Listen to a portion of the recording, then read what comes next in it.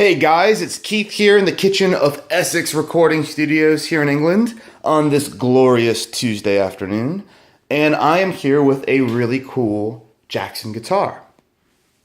Now, this guitar is special for a number of reasons, but first I just want to say that I'm a huge fan of quilted tops, figured necks. I love cool woods, and this guitar is just very different from any other that I've seen. So the PC series are known for their mahogany bodies and quilted maple tops, and also their quilted maple fretboards. And that is super, super cool. I'm not aware of any other guitar made before or since that has a quilted maple figured fretboard. If you know of one, please leave a comment, send us some links, some pictures. I'd love to know about it. Or if there's a flamed maple fretboard, I'd love to see that too. I've seen bird's eye, I think we've all seen bird's eye, but a quilted maple fretboard, never seen it before other than the Jackson PC series. So really, really cool. Now, on the body here, you've got a really interesting top because yeah, it's quilted, but I've never seen this type of pattern before. Usually you have the flame top, which are the really sharp kind of tiger stripes, and then the quilted top is the wavy horizontal kind of stripes. But this one's going more vertical and is kind of like circular and looks like almost more blotchy and kind of has like this cool blob liquid drop kind of effect to it that I've never seen on any of these tops. I mean, I was looking on others on like Google Images and I can't find anything with quite this pattern in the grain. So if we've got any wood experts, I'd love to hear your take on what causes this and what, you know, if there's a different name for this type of pattern, or if I'm a crazy person and this isn't even maple at all, but is some other top on the PC3. As far as I know, it's all mahogany bodies, quilted maple tops. That's what I've always learned and read and have seen. But this one is very different. Now, this is also a Japanese model, which is crazy because this is super high spec. I mean, you've got a Wilkinson bridge from Godo, Seymour Duncan pickups with the hot rails.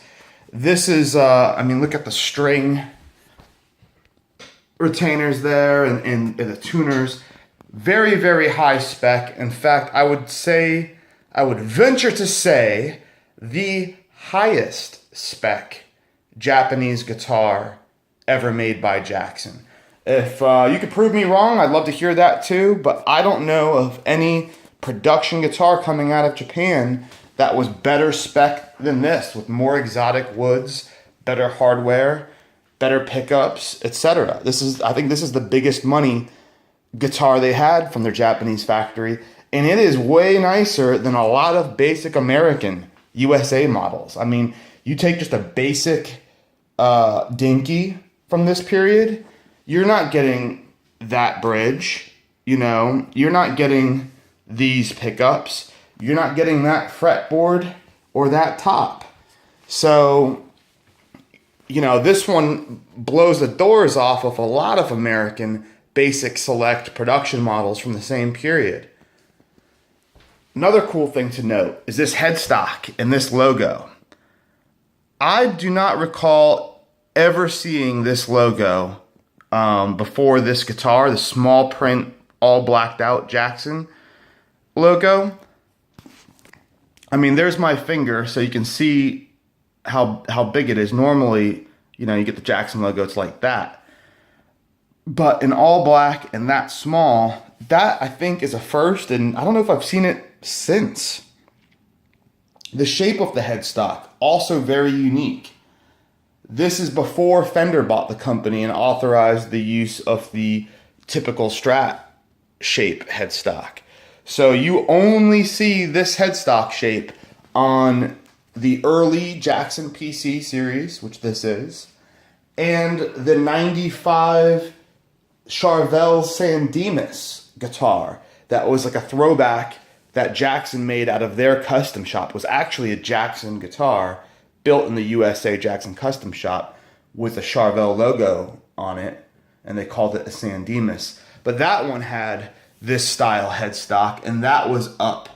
That was put out in 95. We've got 2 videos on the channel from 2 different ones that we have. I think at the time of this video, we still have one left. It's on eBay, or not eBay, on our Reverb store, and it has the Wilkinson bridge and these Seymour Duncan pickups. So that was like the predecessor, the prototype that led to the development of this guitar, which is super, super cool.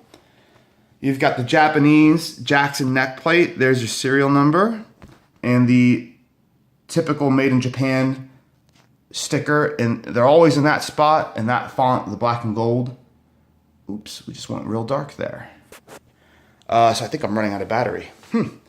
All right, and then the tuners here, you've got these nice kind of, I don't know how to describe this finish, but they're badged as Jackson seal tuners. They look to me more like Godot tuners. They probably are. They've just been rebadged by Jackson, but it looks totally killer.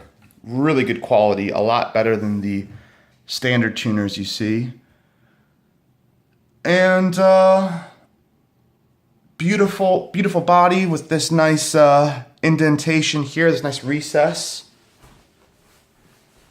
Looking over it again, you've got your back plates there. You've got a little lacquer, little crack in the lacquer in the neck pocket there, which is super typical. And yeah, that's the guitar, guys. So before this phone dies, I'm going to sign off here. Follow us on Facebook, Instagram, and Twitter. Leave lots of comments. Tell me what you think about this guitar. And if you've got any questions, I'll answer them as best I can. I need to go plug this phone in so I can get these other videos done. We've got some custom shop Jacksons coming up next. Take care, guys.